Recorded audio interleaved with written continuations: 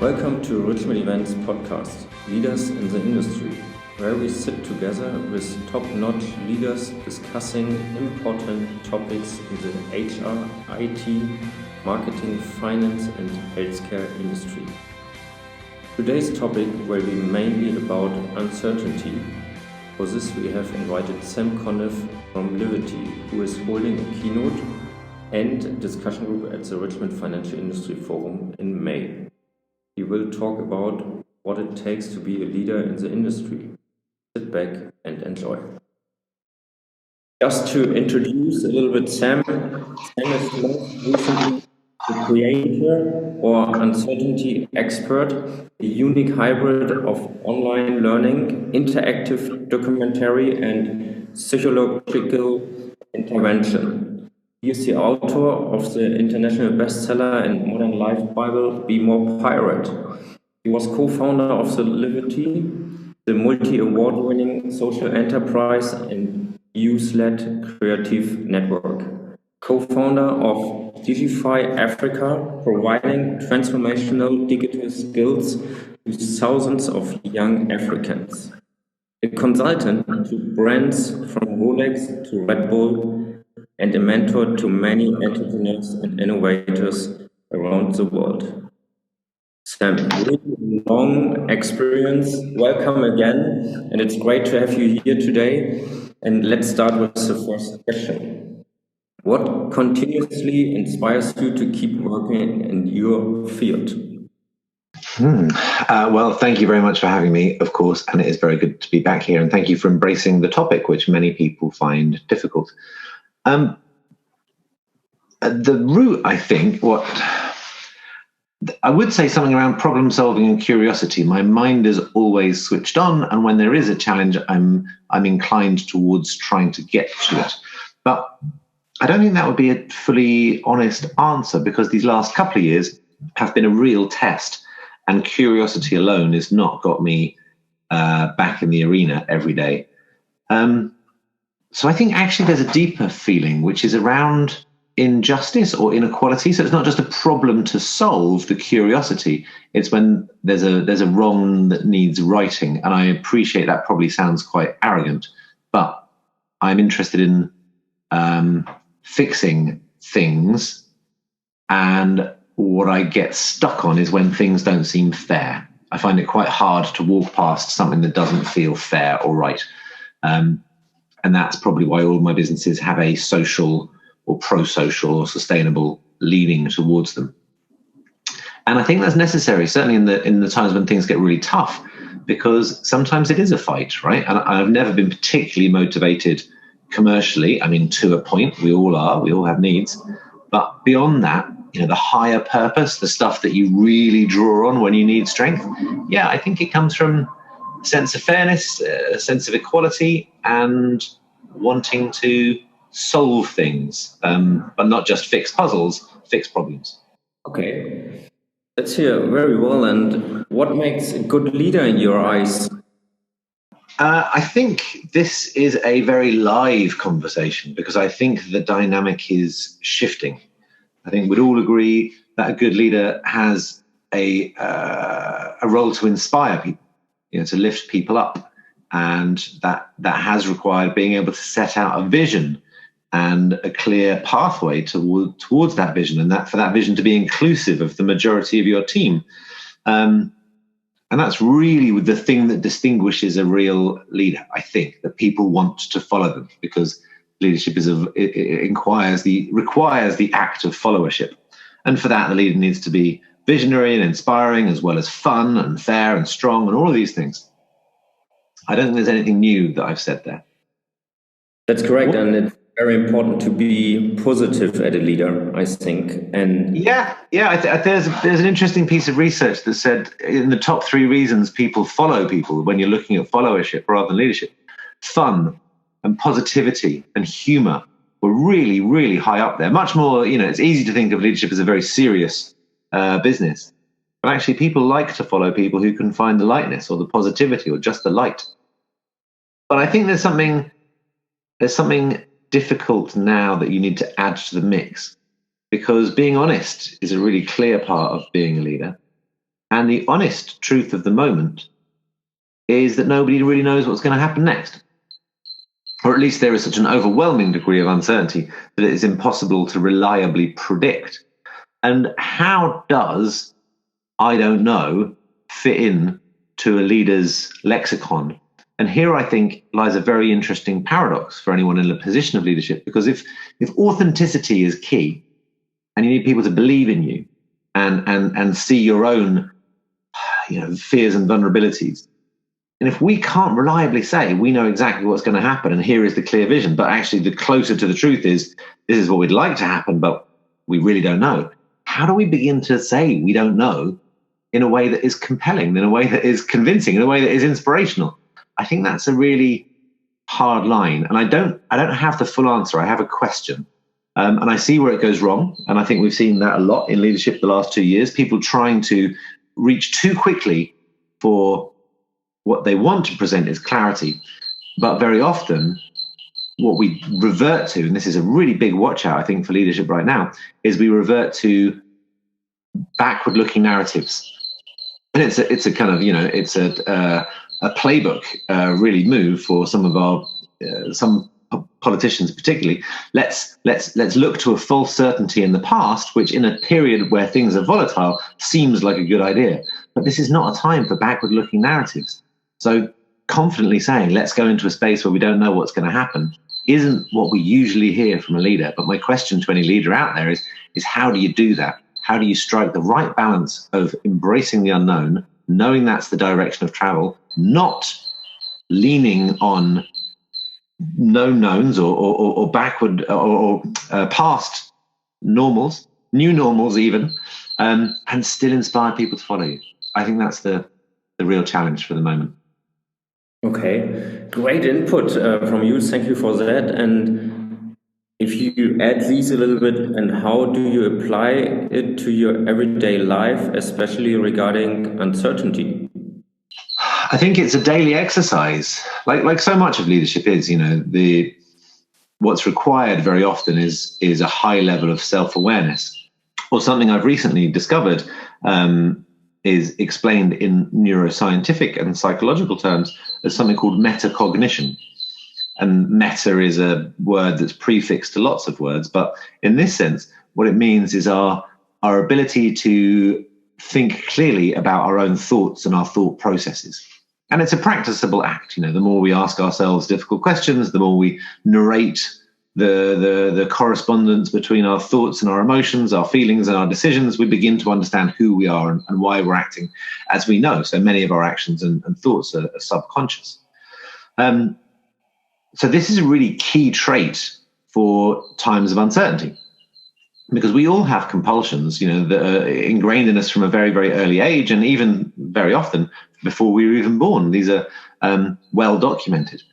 So what happens in times of uncertainty is most of these subconscious biases or tendencies become more acute. So I'll give you an example. Everybody has a negativity bias. It's natural. It's part of our early ancient protection systems. It's about survival, fight and flight. And as a human being, we tend to evaluate on about a 9-to-1 ratio. So of every 9 situations that a human experiences, the human brain tends to assume that 9 of them are too risky to try, and that 1 of them is an opportunity it will give a green light to. And that's just a good ratio for survival when we were early Homo sapiens. But we've inherited the same survival technique, right? Psychologists a year ago predicted that negativity bias, on average, could have reached a statistic ratio of around 200-to-1, because we're permanently bombarded what the body will pick up as a threat, whether it's an angry email, a difficult text, a social media post we don't like, another headline, the news telling us about a forecast of uncertainty, an unhappy client. There are numerous things that aren't necessarily what we'd call threats now, but the body will pick up as threats. The same signals, the same chemicals are released. So to meet that level of threat or awareness, our negativity bias shoots up to protect us. But obviously, protection is not the same, because right now, limiting our ability at risk is not protection. And if you think about 200-to-1 as a ratio and do the maths, like That would mean in a waking day of, let's say, 18 hours, you've got about 15 minutes where the brain is thinking, oh, okay, I'll give that a try. And the remainder of the day, most situations are being shut down as probably too risky, or might present, a risk, or might create an opportunity for failure. And that's incredibly important to become more aware of as a leader. This the big challenge of all subconscious biases is, of course, they're subconscious. But in ourselves, we have a negativity bias, and it's higher than ever. In our leaders, in our teams, in our managers, in our customers, they're all going through this same process. So no matter subjectively how well you cope with uncertainty, an awareness that everybody has these biases, and there is a fundamental one around negativity, is an example of how a greater level of awareness, because the only way to really overcome biases is to become more aware of them, checking ourselves. Am I saying no to this based on rational judgment? Or is there a fear or something being triggered in me? Is this member of my team, shutting down this opportunity because it's the right judgment they've made? Or is there something else at play? And so informing ourselves with some of these interesting statistics that are taking place and recognizing they're heightened in uncertain times allows, once you're aware of them, to begin to acknowledge them. And on that acknowledgement, we can begin to act. So yeah, I think a key part of leadership in uncertainty is a heightened state of awareness. Okay, so it's great that you take everybody in that boat and to include all these explaining regarding uncertainty. Thank you for that. What are your plans in the near future? Do you have a special project coming up? It's it's uncertain. Yes, I do. I began this piece of research during lockdown. I started interviewing what I'm calling uncertainty experts, which is a deliberate paradox, because how can you be an expert in uncertainty? But I was frustrated by the leadership playbook not really rising up to the challenge of real uncertainty. Again, around that point of awareness and clarity and being able to honestly say you don't know. And so I've interviewed people who are unusual in terms of leadership. Their leadership was learnt sometimes in gangs, sometimes as refugees, sometimes in prison, sometimes in all manner of constructs outside the norm that we'd look at for leadership.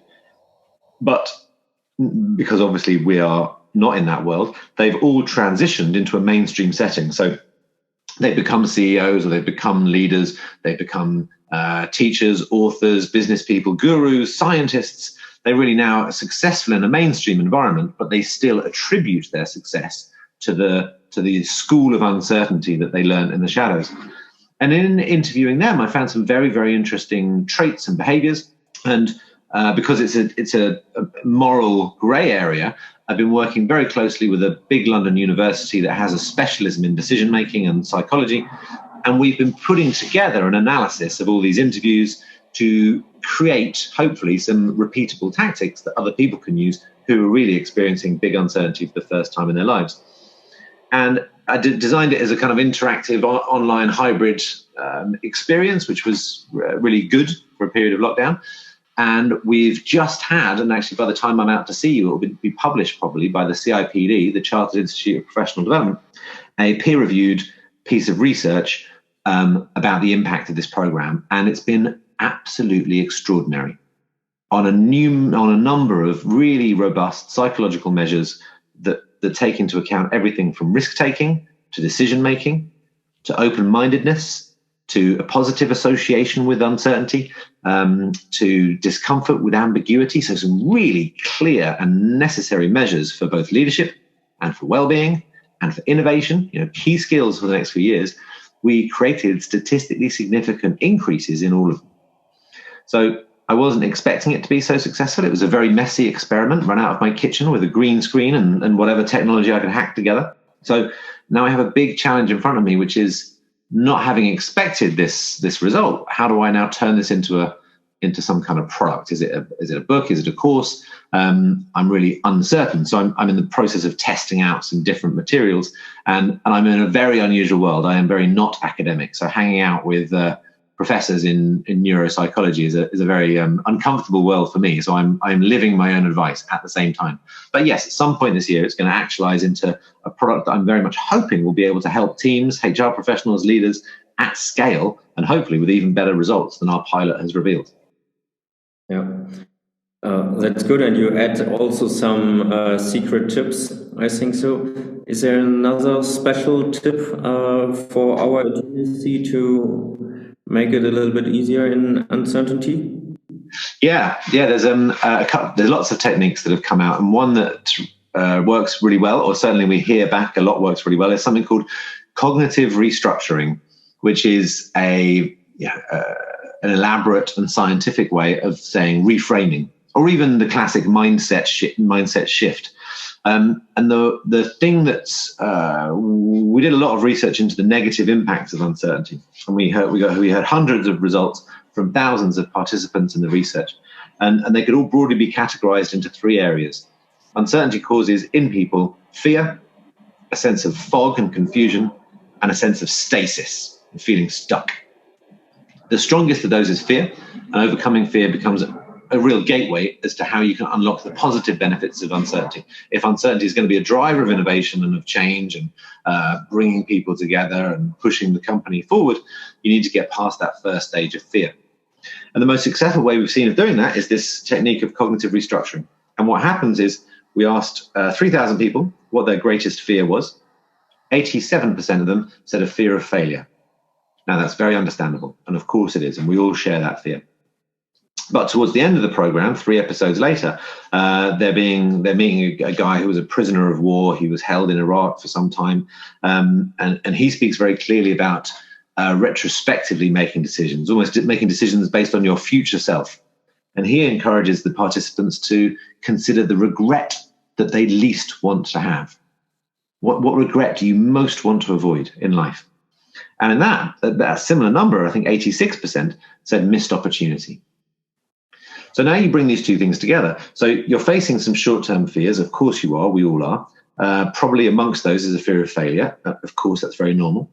And that's a huge majority. But if you put your short-term fear of failure next to your long-term fear of missed opportunity and regret, all of a sudden, the imbalance is very clear, because the fear of regret and missed opportunity is so much greater than those short-term fears. And by doing this act, this conscious piece of cognitive restructuring, the brain repositions those fears. Because something that I learned that really fascinated me is the human brain has no concept of time. The brain doesn't do abstract concepts at all. It doesn't, if you can really simulate the feeling of regret, imagine what it is that allowing the short-term fear of failure might mean that you miss out on.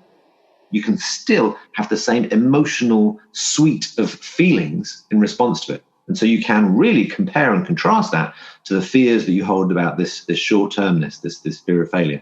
And suddenly the decision becomes much, much clearer. And by holding that future fear or regret, people are able to use it to push them forward. When usually fear stops us, it can be a headwind that pushes us forward. And these are directly from the stories of people who've learned uncertainty the hard way.